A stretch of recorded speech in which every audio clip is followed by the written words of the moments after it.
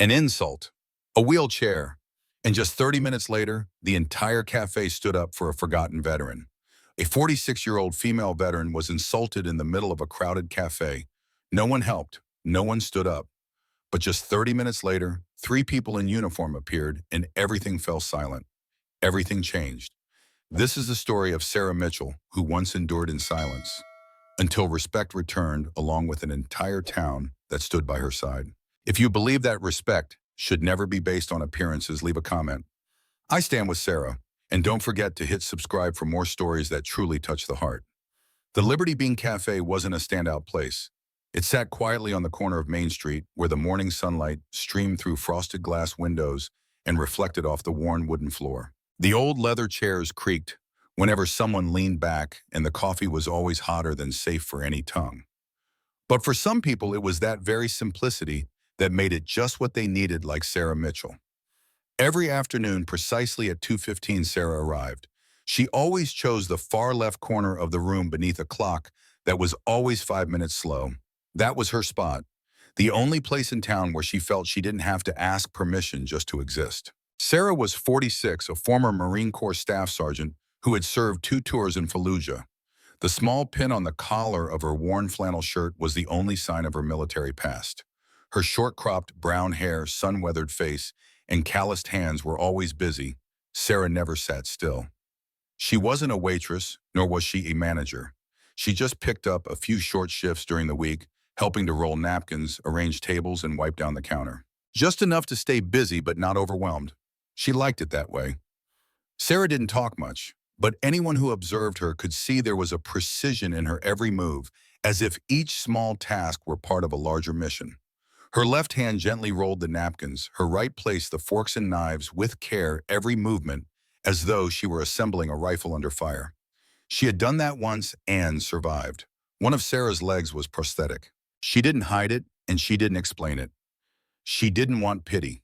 If Sarah wanted anything from the world, it was just enough silence for those who served to sit to breathe and not have to explain why they're still fighting, even though the war ended long ago. You wouldn't notice her if you just passed by. But if you looked a little closer into the steadiness in her eyes, the humility in every gesture, you'd understand. Sarah Mitchell didn't need anyone to stand for her. But sometimes it's people like her who make an entire room go quiet. And on that day, that silence was finally broken. But not by Sarah. It was by those who had no idea who she really was. The glass door of the Liberty Bean swung open and the bell hanging above it rang sharply. The quiet atmosphere inside the cafe was torn apart by loud, crude laughter, the kind no one truly finds funny, except for the one making it. 3 men walked in. Thick leather jackets, heavy boots thudding against the wooden floor with each step, leaving behind a trail of cold arrogance. On their backs were leather vests embroidered with the name of their group, Iron Sons. No one in the cafe looked up. No one welcomed them. But no one spoke either. Sarah Mitchell didn't need to turn around to know what kind of men they were. The footsteps, the deliberate dragging of boots, the voices louder than necessary, all too familiar. The kind of people who believe the world revolves around them and everyone else is just background noise. "Oh, look at that," one of them said loudly, eyes locked on the corner of the cafe where Sarah sat. "This place comes with signature wheelchairs." A mocking laugh rang out. A spoon dropped from a nearby table as someone flinched. Sarah didn't react. She just kept rolling napkins, her hands steady, slow, precise. A deliberate rhythm. "I thought places like this didn't serve." "The damaged kind," said the man with the nickname Knox as he burst out laughing. He was the leader with shoulders so broad they seemed to block the aisle between tables. He moved toward the counter, but his gaze never left Sarah. It wasn't curiosity, it was contempt. "Hey lady," he said louder, "do the cookies come with medals today? Or is a fake leg enough to get a discount?" The air in the cafe grew tense. A young mother holding a baby quickly stood up and found another table. An elderly couple turned away, pretending not to hear. Dave, the cafe manager, stood behind the counter, locking eyes with Sarah for just a second before quietly turning away. Just like every time before. Sarah looked up. She said nothing. She met Knox's eyes, then looked down and resumed her task. The motion of rolling napkins remained steady, but her knuckles began to tighten. A faint click echoed as a knife slipped from the napkin. Knox smirked. What? Too much I thought tough military types like you were used to taking a fall. And then he did something no one expected. He stepped behind Sarah, placed both hands on the handles of her wheelchair, and gave a slight push, just enough to jolt the chair into the table in front of her. A coffee cup spilled, splashing onto Sarah's shirt, and the metal tray on her lap clattered to the floor with a sharp crash. Sarah didn't scream, didn't curse, but her eyes changed. It was the look of someone who had once stood between life and death, only to return to a world even harsher, one of indifference. She tried to steady her chair. One side of the prosthetic leg slipped off the footrest, tipping her over. She fell. For the first time in years, Sarah Mitchell found herself on the floor of a cafe surrounded by empty chairs and averted eyes. Her sleeves soaked in coffee, her shoulders stung, her wallet fell open, and from it, an old photo slid out. The photo, now faded silver, showed 6 soldiers standing in a dusty desert, drenched in sweat, rifles slung over shoulders, eyes locked on the camera. In the center stood Sarah with both legs, then upright, strong, her smile cutting through the war. On the back of the photo, scrawled in permanent marker, "She led us through hell. We'd follow her anywhere." Knox looked down, saw the photo, then gave a cold laugh. "Look at that," he said. "She's been putting on a show since way back." No one laughed with him. Even the 2 men with him fell silent. But what truly froze the entire cafe wasn't his behavior. It was the voice of a small customer near the window, a 10-year-old boy who softly asked his father, "Dad, was she really a soldier?" The middle-aged man wearing an old military-style jacket nodded. "She was, son. She is. And she's someone you bow your head to." Then he placed his cup on the table, stood up, and walked out of the cafe, but not to leave. He stepped outside to make a call to the kind of people who never let one of their own fall without someone standing beside them. Outside the parking lot of the Liberty Bean, the afternoon sun quietly dipped lower, casting long shadows over the fine gravel covering the ground. The old pickup truck of the middle-aged man, the boy's father, was parked at an angle, the door still open, a baseball cap with the Marine Corps logo resting on the dashboard. He stood there, phone pressed to his ear, voice low and resolute. "Yes, it's her, Sarah Mitchell, former Staff Sergeant, Echo Company, Fallujah. Just got publicly humiliated. Need people on site." He paused, listening to someone on the other end, then gave a slight nod. "Send a civilian response team. Unofficial, but serious." Inside the cafe, the air was still thick, as if no one dared to breathe. Sarah had pulled herself upright, adjusted her posture in the wheelchair, picked up her wallet, then retrieved the old photo from the floor. But her hand trembled slightly. Not from pain, but from the chill of the silence around her, the averted eyes and the fading laughter of the 3 men at the back table. Dave, the manager, remained frozen behind the counter, a bar rag in his hands which he was probably gripping tighter than he realized. Melissa, the young waitress, stood paralyzed, tray in hand, motionless like stone. By the window, the boy named Tommy quietly turned to look for his father and saw the empty chair. He glanced around, a tight feeling growing in his chest. Then his eyes landed on Sarah, still sitting there, still silent, but her expression had changed. No longer endurance. It was now a calm mask behind which a storm brewed. And then the sound came, the slow crunch of tires over gravel. Deep, steady, unhurried. A military green SUV rolled to a stop in front of the Liberty Bean. The USMC, United States Marine Corps logo gleamed in the fading light. The vehicle stopped, engine idling low, and then the door opened. 3 people stepped out. A silver-haired man with broad shoulders, a polished cane gripped tightly in his left hand. Master Sergeant Robert Harlow, retired, though he had never stepped away from discipline. Beside him, a tall, upright young Marine Corporal, Devin Hayes. And finally, a female officer in full-dress uniform, her face stern but her eyes warm, Captain Anna Morales. The cafe door swung open, the bell chiming softly like a quiet reckoning. None of them said a word. The cafe held its breath. Melissa dropped her tray. Dave swallowed hard. Knox, the thug who had been sneering moments ago, suddenly sat upright. Goose lowered his coffee cup, his hand slightly trembling. Blake glanced towards the door, calculating an exit. The 3 Marines walked straight towards Sarah's table. They didn't look at anyone else, their steps unwavering. Harlow stopped. His cane tapped the floor lightly like a reminder. He stood tall, eyes locked on Sarah. "Staff Sergeant Mitchell," he spoke, his voice raspy with age but firm with strength. "Apologies for arriving late." Sarah, who never let tears fall in the face of gunfire, nearly choked on her words. She nodded. responding with a crisp, proper salute, swift, sharp, and full of quiet force. Morales stood behind Harlow, then slowly turned to face the table of the three men. She didn't yell. She didn't threaten. She simply spoke calm but clear. We've been informed that a veteran was insulted and physically violated on civilian grounds. That breaks not just decency, but honor. Goose lowered his gaze. Blade tightened his lips, but Morales wasn't finished. The person you disrespected is not just a woman in a wheelchair. She's a commander who pulled 6 men out of a fire zone in Fallujah, including me. She reached into her breast pocket and took out a small photo, a unit picture taken in the field. In the center stood Sarah, rifle in hand, looking directly at the camera, a quiet smile on her face. Behind her, Morales, back then just a private, stood shyly, shoulders tucked in. She held up the photo, said nothing more. The silence now was the loudest indictment. Sarah bowed her head, lips pressed tight. But this time the feeling inside her wasn't isolation. Because they had come. And from that day forward, the Liberty Bean would be more than just a place to drink coffee. It would be a place where something greater had taken root. Something Sarah once thought she had lost forever. Faith in respect and courage, and in a community that never lets one of its own stand alone. The entire Liberty Bean Cafe fell into a silence so deep, it felt as if time itself had paused. Sarah Mitchell, former Staff Sergeant of the United States Marine Corps, sat upright in her familiar wheelchair. On her shoulder, the pin bearing the Eagle Globe and anchor glinted beneath the last rays of sunlight streaming through the cafe's window. No words were needed, no cry for help. The presence of the three Marines who had just entered spoke for her. Master Sergeant Harlow stood as upright as he had in the days he commanded a company in the tropical heat of the Middle East.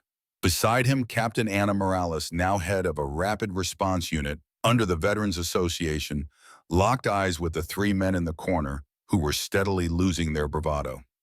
Corporal Hayes, the youngest Marine, held a slim folder tightly in his hands, eyes fixed on Sarah. Dave, the manager, who had remained silent from the start, stepped out from behind the counter, moving slowly as if waking from a shameful dream. He walked over to Sarah, eyes averted, voice trembling. I don't know what to say. Sarah turned to him, not angry, not accusatory, just the knowing look of someone who had endured the silence of others in places far worse than this. Now you know, she said softly. At that moment, Tommy, the boy who had witnessed everything, stepped away from his table, his hand clutching his father's. He looked up at Sarah, then at the Marines. Are you really a hero? Sarah smiled, her eyes softening. A hero is someone who doesn't stay silent when they see something wrong, kiddo. Tommy nodded earnestly. He turned to his father. I want to salute her. The father, also a veteran, placed his hand gently on his son's shoulder. Then do it just like you saw the other day. And the boy stood at attention, raising his hand to his forehead in a salute clumsy but full of sincerity. No one in the cafe laughed, every eye followed him, and in that strange moment, it felt like they were witnessing a ceremony more solemn than any official event they'd ever attended. Captain Morales stepped toward the counter and asked to address the room. Dave gave a silent nod. She stood at the center of the cafe, her voice clear and steady, never theatrical. We're not here to make a scene, but this is a moment that cannot be ignored. When a veteran is insulted and everyone chooses silence, it's not just a failure of courage, it's a failure of community. She turned toward Sarah, Staff Sergeant Mitchell, never asked for attention. She once pulled her team out of enemy fire without needing anyone to recognize it. But because of people like her, we have the freedom to sit here today. Each word struck like a hammer on the hearts of those listening. Blade lowered his head. Goose quietly turned off his phone. Tank, the loudest of the bunch, now sat in silence, eyes cast downward. No one asked them to leave. But they stood up, placed their money on the table, and walked out under the gaze of everyone, not with hatred, but with something unmistakable. The loss of a respect they could never fake. The three Marines turned back to Sarah. Captain Morales opened the folder Corporal Hayes was holding and placed it on the table in front of her. This is the official decision from the Veterans Association. Starting next week, the Liberty Bean will become a regular gathering point for local members.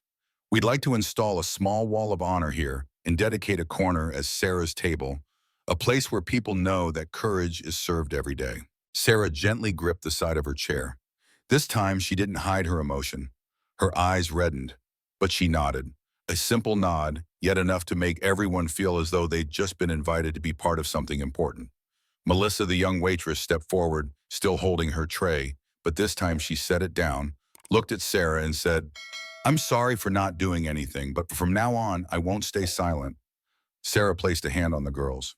"That's enough," she said. Outside, the sun had faded, but inside the Liberty Bean, a different kind of light began to shine from within people's hearts. And just like that, a small coffee shop became something more than a place to serve drinks. It became a symbol of something greater. A place where respect is sparked, spreads, and ensures that no one ever has to stand alone, whether in a wheelchair or carrying invisible scars from the battlefield. A week after the event that left the Liberty Bean in stunned silence, the sign in front of the cafe had changed. Next to the cafe's name, a small but dignified line had been hand-painted, a place to honor those who stood firm so others could sit in peace. Inside, in the far left corner, where Sarah Mitchell still sat every afternoon, a small bronze plaque was mounted on the wall. Engraved on it were the words "Sarah's Table," not because she needs it, but because we need to remember. From that day on, the cafe was no longer the same, but not because of its appearance. The silence inside was no longer from fear or helplessness. It was the quiet of respect. Customers walked in more slowly. Glances exchanged meant more than a nod. Some even stood silently when they saw Sarah, though she never once asked for that. Sarah still arrived on time, still rolled napkins, still sat beside her usual cup of black coffee. But now someone always sat with her. The first week it was Corporal Hayes. The next it was Melissa, the young waitress, now enrolled in the local Veterans Volunteer Program. Then came Tommy, the boy with the clumsy salute, who by now had memorized the rank of every veteran who walked through the cafe's door. Miss Sarah, Tommy asked one rainy afternoon, "Were you scared when you were in the war?" Sarah paused, gazing out the rain-streaked window. She didn't answer right away. "Yes," she said slowly. "But fear isn't a bad thing. Fear keeps you sharp. Fear reminds you someone's waiting for you to come home." Tommy nodded as if understanding something bigger than most kids his age. And that was what Sarah always hoped for, that the young wouldn't have to learn about sacrifice through pain, but through gratitude. Since the Liberty Bean became a regular gathering point for the local Veterans Association every Thursday at 6 p.m., a military green SUV pulled up out front, right on the dot. None of them came to boast. They came because this place had become a home for memories no one ever asked about. Over time, townsfolk began contributing photos, old snapshots, military keepsakes to hang on the wall of honor at the back of the cafe. A widow brought a picture of her husband lost in Iraq. An elderly man donated a scrap of his old uniform. A teenager brought his grandfather's dog tag. No one asked for anything. No one showed off. But somehow this little cafe had become a place of support for an entire town. Then one day a young man walked into the cafe, a backpack over his shoulder, his hair freshly cut. He stood silently at Sarah's table, looking at the plaque on the wall. When Sarah looked up, their eyes met. "My name's Evan," he said quietly. "Tomorrow I ship out." Sarah simply nodded and patted the chair across from her. "Have a seat. The coffee's still bitter, but the stories are warm." Evan sat down, still gripping his new cloth cap. "I'm scared," he admitted. "I was too," Sarah replied. "And sometimes, I still am." "How did you get through it?" Sarah smiled. "Because I had a place to come back to. Someone who understood a seat to rest in a hot cup of black coffee, and someone willing to listen." Evan's story didn't need to end in heroics. It was enough just to know he wouldn't start his journey alone. When kindness is shown not through applause but through presence. When a chair isn't just a place to sit, but a promise. We see you, and in those windless afternoons at that little cafe amidst the clinking of cups and the faint scent of coffee, Sarah Mitchell, 6 years old, a veteran carrying both visible and invisible wounds, was no longer the silent figure in the corner. She had become a quiet, unshakable flag, a reminder to all. No one who has ever served this country should have to stand alone. That Thursday afternoon, the military green SUV arrived earlier than usual, 15 minutes before the scheduled time. No sirens, no loud noises. Just the quiet swirl of dust rising beneath the tires, as if the earth itself held its breath in anticipation of something special. Sarah Mitchell had already taken her usual seat. Her face hadn't changed much over the past months, still that calm composure of someone who had endured things that couldn't be named aloud. But today in her gaze there was something subtly different, as if she had touched something sacred after years of silence. On her chest, the Marine Corps insignia had been freshly polished, not flashy, but clearly visible beneath the cafe's warm yellow lights. And on the back of her wheelchair, the small American flag, once faded and worn, had been replaced with a new one. Same size, but now embroidered with a single thin red thread, in honor, in memory, in presence. At exactly 6:00 p.m., the cafe door swung open. Not just 3 Marines like usual. This time 6 people entered. Among them were Colonel Rodriguez, Lieutenant Hamilton, and one special guest, Mr. Thomas Kell, Sarah's former battalion commander, now a senior advisor at the Federal Veterans Affairs Agency. There was no introduction, no formal speech. They simply walked silently to Sarah's table. Staff Sergeant Mitchell, Mr. Kell, said, his voice deep and steady like early autumn wind, "We're not here today to recall old memories, but to acknowledge a present that is shaping something better for the future." Sarah tilted her head slightly. "I just make coffee and roll napkins." "You do far more than that," he replied, his gaze sweeping across the faces in the cafe, young and old, in civilian clothes and military uniforms alike. Just then, Dave, the cafe manager, stepped out holding a large envelope and a small wooden plaque. He placed them on the table and looked at Sarah with deep respect. "The mayor wants you to know, starting next week, the Liberty Bean will host a scholarship program in your name for children of local veterans." And this, he pointed at the plaque, is the city's official proclamation. This place is now a designated Veterans Honor Space recognized as a symbol of community. The cafe fell into a hush. Sarah remained seated, but her hand tightened around the armrest of her chair. "We know you've never asked for anything," said Colonel Rodriguez, "but sometimes silence deserves to be answered with action." Across the cafe, the young soldier Evan, who first sat with Sarah weeks ago, now home on leave in full uniform, stood up. "Ma'am," he said, voice trembling, "'cause of you, I believe I'll come home."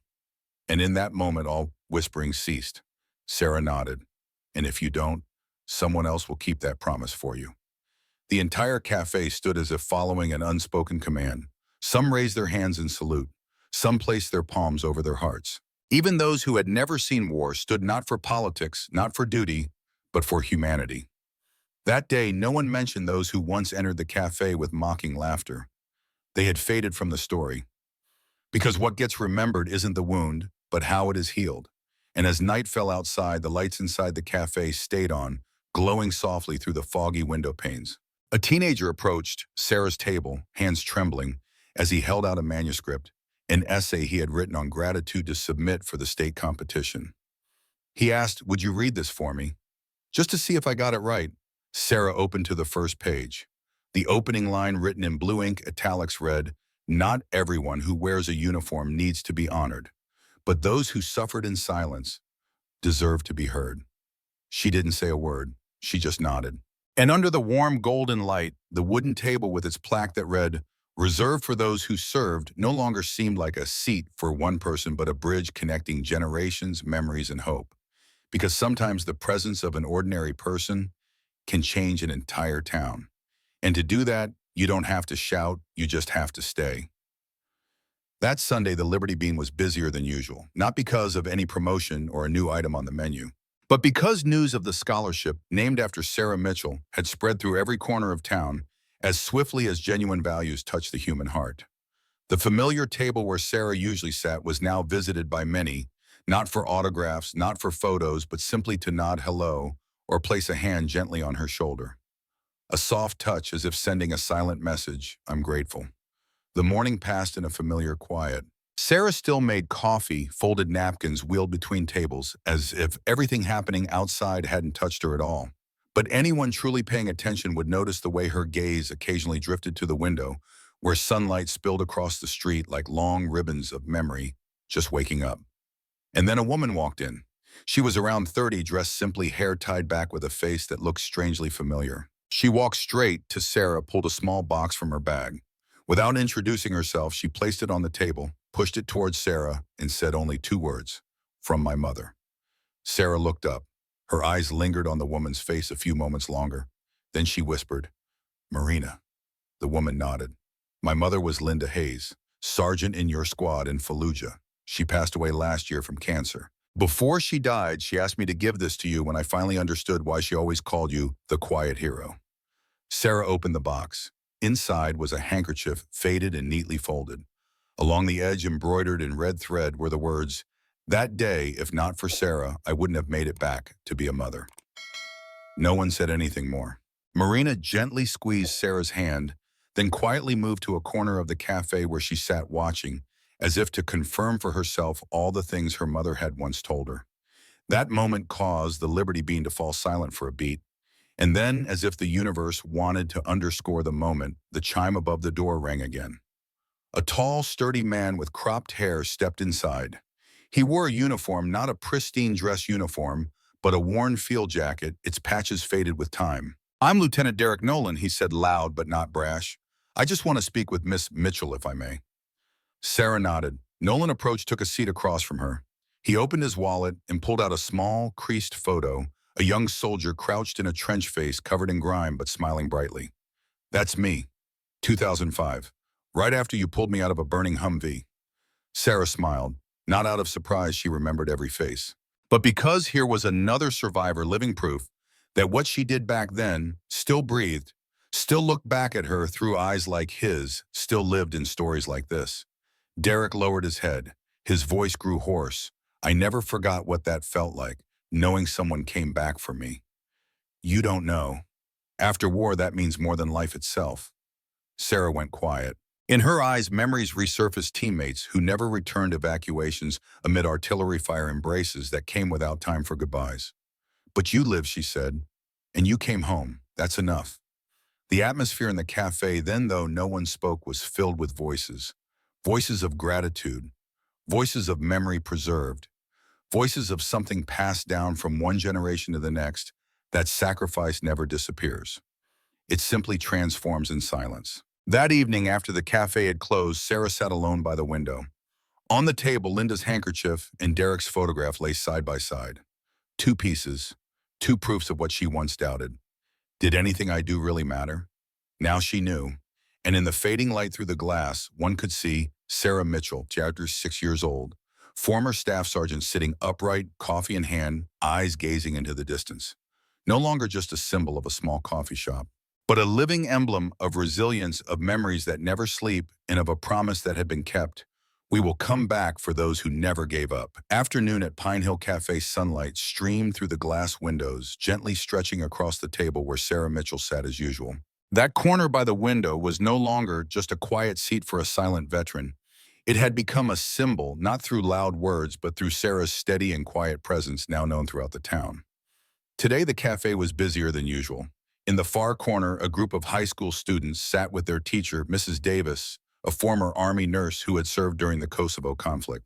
They had come to meet someone textbooks could never fully describe. Sarah hadn't been told in advance, but she wasn't surprised. At 46, after all she had been through, she had learned how to welcome the unexpected. A shy girl from the group walked up, still clutching her notebook. "Are you Miss Sarah Mitchell? We're in Ramadi, right?" Sarah gave a quiet nod. I I read the article about you, about what happened at the cafe last week, and about everything you've done since coming home." Sarah didn't respond right away. She simply smiled and held out her hand. A simple handshake, but layered with a meaning deeper than words, a passing on of the quiet strength of someone who had once stood at the front lines, now serving in silence by making others feel seen.